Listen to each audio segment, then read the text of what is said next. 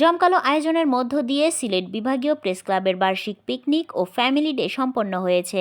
সিলেট জেলা প্রতিনিধি মোহাম্মদ সেলিম উদ্দিন জানান, শুক্রবার গোয়েনঘাট উপজেলায় অবস্থিত প্রকৃতি কন্যা জাফলং এর মনোরম পরিবেশে এই পিকনিক সম্পন্ন করা হয়। এদিন সকাল থেকে ধীরে ধীরে প্রকৃতি কন্যা জাফলং এর মনোরম পরিবেশে পিকনিক স্পট মুখর হয়ে ওঠে সিলেট বিভাগীয় বাংলাদেশ প্রেস ক্লাবের সদস্যদের পদচারণায়। হবিগঞ্জ সদর থানার সামনে থেকে গাড়ি যাত্রা শুরু হয় সকাল 7টায়। সৌহার্দ্যপূর্ণ আড্ডায় বেলা বাড়তেই মুখরিত হয়ে ওঠে জাফলং এর picnic spot. Bangladesh press club Sylhet বিভাগীয় কমিটির সাধারণ সম্পাদক ও হবিগঞ্জ জেলার প্রতিষ্ঠাতা সভাপতি শেখ আব্দুল কাদির কাজল ও সিলেট বিভাগীয় কমিটির সিনিয়র যুগ্ম সাধারণ সম্পাদক ও হবিগঞ্জ জেলার প্রতিষ্ঠাতা সাধারণ সম্পাদক এম এ হান্নানের সঞ্চালনায় বাংলাদেশ প্রেস ক্লাবের উন্নয়ন ভাবনা নিয়ে আলোচনা, গান, কবিতা আর সৌহার্দ্যপূর্ণ আড্ডায় মুখরিত হয়ে ওঠে গাড়ির পরিবেশ। এরপর সম্মিলিত কণ্ঠে গান পরিবেশিত হয়। দুপুরে ভুরিভোজন শেষে বাসটি সরাসরি পর্যটন স্পটে নিয়ে যাওয়া হয়।